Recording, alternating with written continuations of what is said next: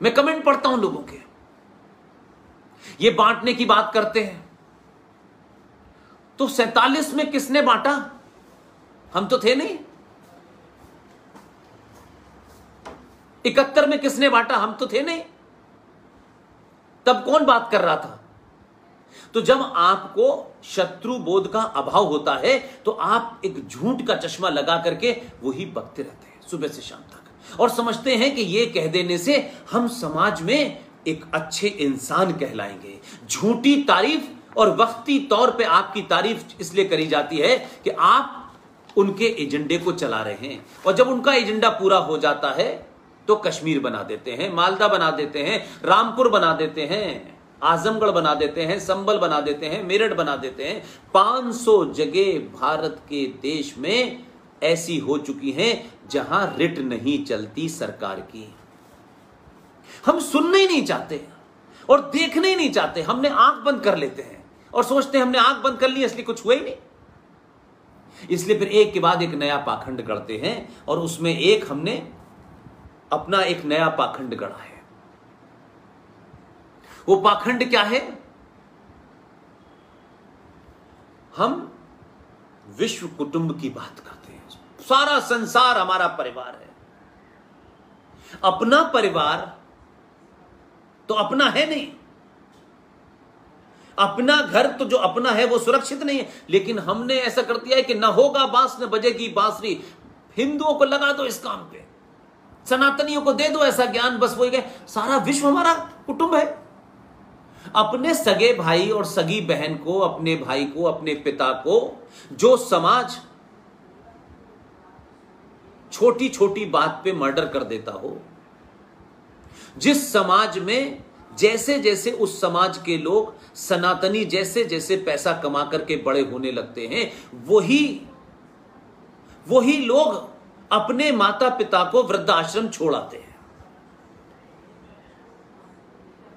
और आप इस बात को, मेरी बात पे यकीन न करें तो जरा घूम के देखें कि 47 से लेके 2020 तक पूरी देश के अंदर कितने सारे अनाथ आश्रम बने, वृद्धाश्रम बने।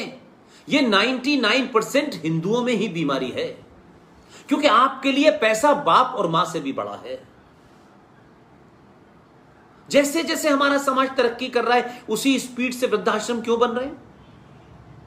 और फिर हम क्या कहते हैं? सारा विश्व हमारा कुटुंब है, एक ही परिवार है। ये झूठ हमने खामखा अपने लोगों को इस आदर्शवाद में रखा है कि न वो कभी जिंदगी में आदर्शवाद होगा, लेकिन इसकी सनक में सदियों से आप गुलाम बने रहेंगे। नहीं नहीं, पूरा विश्व हमारा है, पूरा विश्व हमारा है। पाकिस्तान बन गया, बांग्लादेश बन गया, अफगानिस्तान चला गया, इंडोनेशिया चला गया, ईरान चला गया, हमको कोई नहीं, पूरा विश्व हमारा है। कोई मान नहीं रहा आपकी बात को, कहीं आपको छोड़ा नहीं जा रहा, यहां पर आप रह नहीं पा रहे, संविधान में आपके दखल हो गई है, संसद की बात देश मानने को थे, लेकिन पूरा विश्व हमारा है, पूरा विश्व। ये विश्व कुटुंबम का नारा देखने सुनने में बहुत अच्छा लगता है, कुछ चीजें स्लोगन की तरह होती हैं, लेकिन जमीन पे उसका कोई मतलब नहीं होता। अगर पूरा विश्व आपका है तो दुनिया में आप क्यों पीटे जा रहे हैं? दुनिया भर आपके लोग क्यों आपके खिलाफ हैं? फिर तो आपको दुनिया का सबसे पावरफुल देश होना चाहिए था। कमजोर आदमी शांति की ज्यादा बात करता है, क्योंकि उसके पास कोई रास्ता नहीं होता। मजबूत आदमी तय करता है कब शांति होनी चाहिए और कब शांति नहीं होनी चाहिए। मजबूत आदमी अपनी शक्ति का प्रदर्शन करता है, और जब शक्ति का प्रदर्शन होता है तो शांति स्थापित हो जाती है।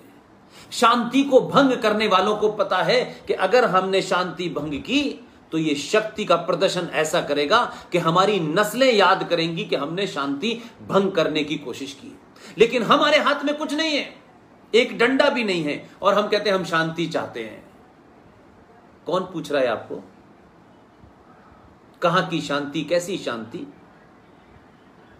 इसलिए जो आपने विषय रखा है उसमें मेरे लिए जो सबसे महत्वपूर्ण बात यह है कि मैं राज्य को यानी देश और नेशन को अलग करता हूं। राज्य सरकार है, न्याय व्यवस्था है, संसद है, पुलिस है, यूजीसी है, विश्वविद्यालय, ये सब राज्य के हिस्से हैं। हम इस राज्य के हिस्सों को ही राष्ट्र समझ बैठे हैं। इसलिए हमारी बीमारी यह है कि हम कभी भी राष्ट्र की बात नहीं करते, क्योंकि राष्ट्र की बात जब करेंगे तो उसमें भूमिका मेरे से और आपसे शुरू होगी, प्रधानमंत्री से नहीं शुरू होगी। और हमें दूसरे की तरफ नहीं जाना होगा, नहीं उनको ये करना ही नहीं। जिस दिन भी राष्ट्र की बात ये चैतन्य समाज सोचने लगेगा, उस दिन आप ये मांग नहीं करेंगे सरकार को ये करना है, सरकार को ये कानून बनाना। कानून तो इस देश में किस चीज का नहीं बना, क्या कानून से रुक रहा है? जिस देश में 40-50 करोड़ लोग सुबह से लेकर शाम तक 5 वक्त भोंपू बजा करके अल्लाह से ये कहते हो कि हमें अल्लाह का पैगाम जमीन पे उतारना है, उनसे आप उम्मीद करते हैं, उस देश में आप उम्मीद करते हैं कि इस देश में शांति आ जाएगी? 57 देश बना रखे हैं अपने, उसमें शांति नहीं है, क्योंकि वही असली इस्लाम है, वही कुरान है। लेकिन यहां आपको कुछ प्राप्त करना है, अपने एजेंडे को लागू करना है, तो कैसे उस समाज में हम अपने एजेंडे को लागू करें? कैसे इस समाज से हम गिनती में कमजोर हैं, व्यवस्था में कमजोर हैं? सरकारों को ब्लैकमेल करो, व्यवस्था को ब्लैकमेल करो, और कैसे समाज में डर पैदा करो।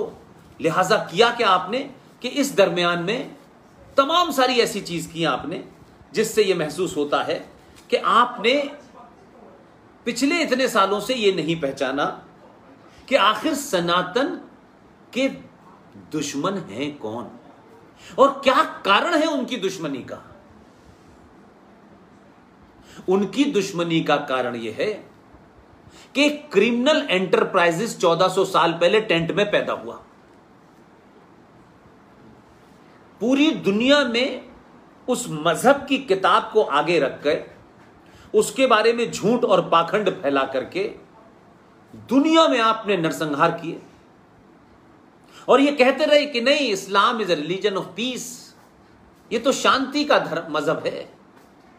और ये कहते कहते पूरी दुनिया के अंदर आग लगाई हुई है। 57 देश जहां कोई दूसरे मजहब का आदमी नहीं है, वहां भी यह हाल है। आपने इस किस्म की खबरें देखी होंगी, और जो खबरें मेरे पास ऐसी आती हैं जो उससे मैं समझता हूं कि सनातन के लोग समझ पाएं, वो अपने फेसबुक पेज पुष्पेन कुलश्रेष्ठ पे मैं डालता हूं। 4 अगस्त को लेबनान की राजधानी बेरूत के अंदर कितना भयानक विस्फोट हुआ है। यह रामलाल श्यामलाल ने किया है, यह सनातन के लोगों ने किया है, यह वही कर रहे हैं जो किताब में लिखा है। लेकिन आप क्या कहते हैं? आप कहते नहीं, सब किताबें, सारे धर्म शांति की शिक्षा देते हैं। कहां लिखा है? किस मूर्खता में भारत का सनातनी पड़ा हुआ है, वो जानता ही नहीं है। लेकिन उसको ये कहने से लगता है कि शायद कुछ दिन के लिए ये जो जिहादी है ये शांत हो जाएगा। वो बेटी को छेड़ेगा, आप लड़ेंगे नहीं। वो बेटी को उठा के ले जाएगा, लड़ेंगे नहीं, क्योंकि आपके अंदर एक कायर कीड़े की तरह जिंदा रहना आपके लिए ज्यादा सम्मानित लगता है बनस्पत इसके कि लड़के अपने सम्मान की रक्षा करें। वो नहीं लड़ सकते आप। फिर आप सरकारों को लेटे लेटे गाली देंगे। आपको नहीं लड़ना चाहिए। कौन सी दुनिया के अंदर सरकारों ने लोगों की सभ्यताएं बचाई? कहां आदर्श बने? आप मुझे बताएं। देश बचाते हैं, देश की सेना है, देश का संविधान है, संसद है, कानून है, वो बचाता है सरकार। राष्ट्र को बचाने के लिए समाज को आगे आना होता है। इसलिए हमारा जिहादी, इस्लामिक मुसलमान जिहादी जो 500-700 साल तक इस देश में रहा, और वो जिहादी जो 1947 के बाद इस देश में रहे, वो एजेंडे के साथ थे। इसलिए जो बातें मैंने कहा कि हमारे बड़ों को बतानी चाहिए थी, संगठनों को बतानी चाहिए थी, वो नहीं बताएंगे आपको, क्योंकि उन्होंने भी अपनी दुकान चलानी है। उनको लगता है कि हिंदू जितना मूर्ख और कायर रहेगा उतनी ही उनकी दुकान चलेगी, लेकिन वो ये नहीं समझ रहे कि धीरे धीरे उनकी दुकान भी लुटेगी एक दिन। तो आप तो उन जिहादियों के एक तरीके से काम कर रहे हैं कि पहले अपनों को समाप्त कर रहे हैं, अपनों को मूर्ख बना रहे हैं, अपनों को कायर बना रहे हैं, और जब जिस दिन समाज कायर हो गया उस दिन वो आपको समाप्त कर देंगे।